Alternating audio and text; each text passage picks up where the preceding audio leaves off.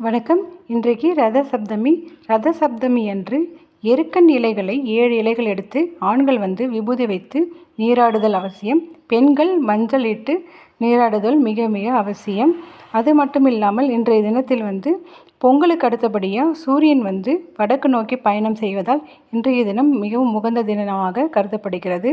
அது மட்டும் இல்லாமல் நான் ரதம் மாதிரி கோலம் போட்டு தாமரை கோலம் போட்டிருக்கேன். அதுக்கடுத்து சூரியன் உடைய படம் வரைந்து அதற்கு பார்த்திங்கன்னா கோதுமையினால் ஆன ஒரு நெய்வேத்தியம் செஞ்சு வச்சு படையல் பண்ணியிருக்கேன்.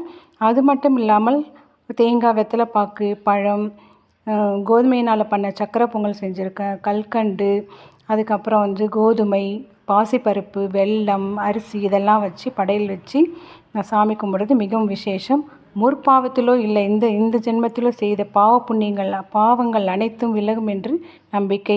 நீங்களும் இந்த ரத சப்தமியை வழிபடுங்கள்.